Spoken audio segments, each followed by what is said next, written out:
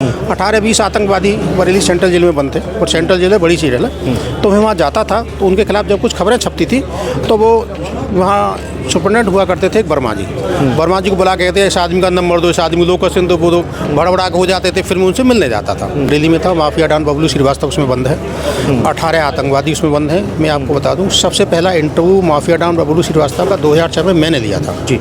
रात को 12-1 बजे में लगा रहा और किसी भी तरह से मैं जेल के अंदर पहुंचा और वहाँ से मैं उसका इंटरव्यू लेके आया था। वो इंटरव्यू दूसरे दिन जैसे ही छपा तो तमाम धमकियाँ मेरे पास थीं। हथियार और औजार अपने पास ही रखे जनाब, क्योंकि हम तो वो जमात है, क्योंकि हम तो वो जमात है।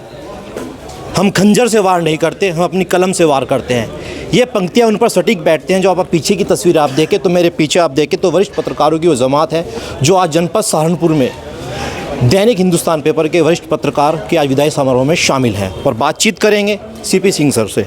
सर पहले आपका स्वागत करते हैं हमारे चैनल पर। धन्यवाद सर। कैसे देखते हैं पिछले 6 वर्षों से आपने जनपद सहारनपुर में सेवाएं दी हैं, तो कैसा रहा सर आपका सहारनपुर में वो कार्यकाल? मैं सहारनपुर में एक मामले को लेके आया था और मुझे वो मामला निपटा के जाना था जी केवल, और ये तय किया गया था कि मैं 6 महीने अधिक करूँगा और उसके बाद मैं लखनऊ चला जाऊँगा। लेकिन यहाँ के लोग इतने अच्छे लगे, यहाँ के लोगों का व्यवहार बहुत अच्छा लगा। मेरे जितने भी पत्रकार साथी हैं देवतुल, वो सारे लोग बहुत अच्छे, व्यवहार इतना ठीक रहा कि फिर मैं यहीं का होकर रह गया और आज मैं यहाँ से सेवानिवृत्त हो रहा हूँ। ये मैंने कभी जीवन में नहीं सोचा था।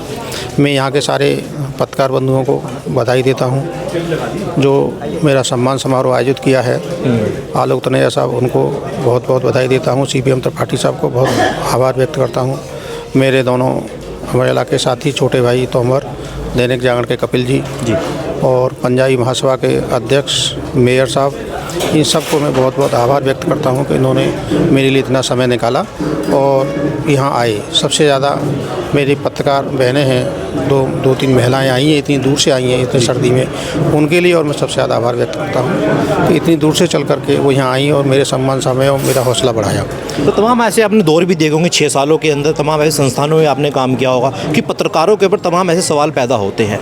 किसी की लेखनी आपने किसी के ऊपर लिख दी तो कभी कभार वो विपरीत भी हो जाती है और किसी के फेवर में होती है, तो उस स्थिति को आपने कैसे परखा? मेरे सामने तमाम मामले आए।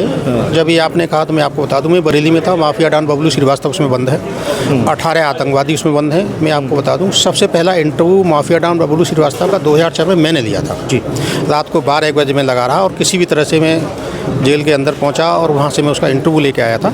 वो इंटरव्यू दूसरे दिन जैसे ही छपा तो तमाम धमकियाँ मेरे पास थीं, लेकिन मैंने उसको बड़ा सहजता से लिया। जब किसी आदमी के अपेक्षा के अनुसार कोई चीज़ खुलासा होती है, चेहरा दिखाया जाता है, थोड़ा भड़बड़ाता है, कोई दिक्कत भी नहीं। दूसरा मैं आपको बताऊँ, एक ISI का एजेंट था नेपाल में, नाम शायद उसका बेग था, कुछ ऐसा दिमाग में नहीं आ रहा मेरे में जी। उसका बरेली में उसने एक बहुत बड़ा सेंटर जो है बनाया था, पूर्व मंत्री भी रहा था सरकार का।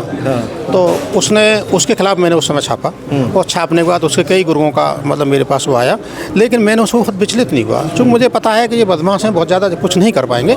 लेकिन भड़बड़ाहट तो होती है जब किसी को चेहरा, अगर आदमी बदसूरत चेहरे को अपने उसमें देख लेता है, दर्पण में देख लेता है, तो थोड़ा सा खिंचाता है। शेष समझती हैं, लेकिन मैं डरा कहीं से नहीं। लेकिन अच्छी बात है कि मुझे ऊपर किसी ने हमला भी नहीं किया। मैं ये कहूँगा किसी ने हमला किया ये कि हाँ 1-2 बार कह के अपना ख़त्म हो गए। 18-20 आतंकवादी बरेली सेंट्रल जेल में बंद थे और सेंट्रल जेल है बड़ी सी जेल है। तो मैं वहाँ जाता था तो उनके खिलाफ जब कुछ खबरें छपती थी तो वो वहाँ सुपरडेंट हुआ करते थे एक वर्मा जी को बुला के कहते हैं इस आदमी का नंबर दो, इस आदमी को क्वेश्चन दो, वो बड़ा के हो जाते थे। फिर मैं उनसे मिलने जाता था और उसके बावजूद उनके पास बैठता था आतंकवादियों के साथ में और पूछता था ये सारी चीज़ें क्या है कैसे। तो मैंने कभी इस पर नहीं किया। अब नॉर्मल समाचारों पर आए, नेता हुए, कुछ बड़े बड़े लोग हुए जिनके खिलाफ खबर छपी, दूसरे दिन आए। यहाँ के भी एक बड़े नेता हैं, वो जो है बड़ा एक दिन फ़ोन आया उनका सीधा सा, नाम नहीं बताएंगे? नाम नहीं हम बताएंगे, थोड़ा सा ठीक भी नहीं है। बहुत प्रतिष्ठित नेता हैं और बड़ा अग्रेसर नेता हैं, बड़े अच्छे संबंध भी थे, मेरे खुद से मिलने भी जाते थे जी। लेकिन उसके बाद 100 पे फ़ोन आ गया 5 बजे उनका और बोलेगा ये लिख दिया भाई साहब आपने, ये लिख दिया, ये लिख दिया, ये लिख दिया। मैं पहले पूरी बात सुनता रहा, तो उसकी भड़ास उससे निकलने दीजिए भाई, हमने अपना काम किया। इसके बाद फिर मैंने कहा नेताजी को, फिर मैंने अपनी सारी चीज़ें रखी और उनकी सारी चीज़ें रखी। फिर मैंने ये भी बताई, मैंने अगर अभी तो ये कोई खबर नहीं है, नॉर्मल खबर है जी। मेरे पास वो भी चिट्ठा रखा है कि कमिश्नर के जहाँ आपकी बहन ने क्या क्या लिखा आपके खिलाफ और क्या क्या लिखा, अगर मैं उसे छाप दूंगा तो दिक्कत हो जाएगी। मैं अभी व्हाट्सएप कर रहा हूँ। दूसरे दिन वो भागे आए, शाम को मेरे पास आए कि चाय पी और उसके बाद बिल्कुल ठंडे हो गए। तो हमें कुछ चीज़ें ये भी रखनी पड़ेंगी कि ऐसे कुछ खुराफाती नेता होते हैं, बदमाश होते हैं, उनकी और भी ज़्यादा खबरें हैं, उन्हें उन पर छपा के रखनी पड़ेंगी। जब भी कुछ हो तो वो पत्ता कह दिए कि ये है, उसके बाद खेल खत्म होंगे। आज तक मेरे बहुत अच्छा संबंध सर एक छोटी बात पूछना चाहूँगा, अभी हाल ही में 6 महीने पूर्व महिला बाल सुधार गृह के अंदर घुस के मैंने कवरेज करी थी, उसको सर प्रमुखता से दिखाने वाला अखबार सर आप ही का समाचार पत्र था। नहीं, असल में हमारे अखबार का एक बड़ा ज़बरदस्त सरोकार है। भ्रष्टाचार वो ऐसी जगह हुआ, और मैं आपको इसके लिए आपको बहुत बहुत धन्यवाद दूंगा कि अगर आप नहीं हो पाते तो शायद वो दब जाता और अधिकारी उसको खा जाते। नॉर्मल आदमी देखता है, पैसे वाले की खबर छापता है, पूंजीपति खबर छापता है, नेताओं की छापता है, और किसी बड़े आदमी खबर छापता है। लेकिन वो एक ऐसा मामला था कि वो हमारी सही तरह से देखी जाए तो हमारी पाठक भी नहीं थी बेचारी बच्चियाँ, वहाँ तक अखबार नहीं पहुँच पाता था, सब कुछ था। लेकिन जो वो बच्चियाँ सब अनाथ थी, मासूम थी, या किसी परेशानी में थी, तो पहले तो मैं आपका ही धन्यवाद दूंगा सबसे पहले कि आपने वहाँ जाकर उसको किया, और उसके बाद फिर हम सक्रिय हुए।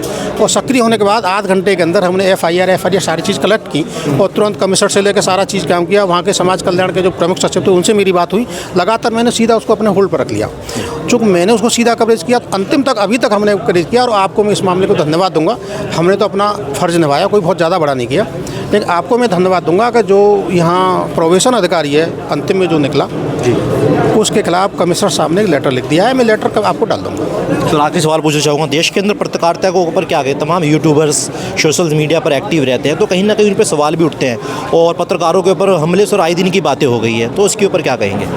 हमले हाल ही में आपने देखा होगा, मैं कवरेज हेतु गया था थाना बड़गांव क्षेत्र के, तो मुझ पर रिवाल कानून दी गई, आपने देखा भी वो सोशल मीडिया पर। देखो, पत्रकार के मामले में एक नई बात बता दूं। पत्रकार जब कभी पुलिस हो गया या वो किसी उसकी अच्छी खबर छापते हैं, बहुत अच्छा लगता है, लेकिन जब भी उन्हें चेहरा दिखाने का प्रयास करते हैं उनका असली कहीं कुछ होता है तो दिक्कतें होती हैं। अब पत्रकारों को ये देखना पड़ेगा कि पुलिस भी उस मौके की तलाश में होती है कि किस तरह से इनके खिलाफ कोई शिकायत आए, इनके ऊपर हमला हो, उसके बाद हमारे सामने गिड़गड़ाए, ये करे वो करे, तो ये सारी चीज़ें होती हैं। तो उसके लिए पत्रकार को देखो थोड़ा सा जाएगा, जो आदमी नदी में तैर रहा है तो डूबने का भी उसका डर है, इसको तो रखिए। लेकिन मेरा भी फिर तरीका है, खबर तो आप करिए, कोई दिक्कत नहीं, लेकिन खबर आप तभी सुनिश्चित करें कि तब आप तय हो जाएं कि हम कुछ सेफ हैं, उससे पहले उसमें जाने का प्रयास ना करें। चूँकि हमने देखा है कि पत्रकार को मरने के बाद, मेरा भी संस्थान है, चलो मैं तो अच्छे संस्थान से, मेरा अगर कुछ हो जाएगा तो मुझे तो करीब 50 लाख का मुआवजा मिलेगा, सारी चीज़ें होंगी, सारे हो जाए। लेकिन जो आप लोग तो अपने रिस्क पे हैं, कहीं कुछ भी नहीं है, तो पहला तो मेरा आपसे ये तरीका है कि भाई जैसे छोटे मोटे पैसे हो जाएँ तो एक तो अपने घर का इंश्योरेंस वगैरह करा के रखिए,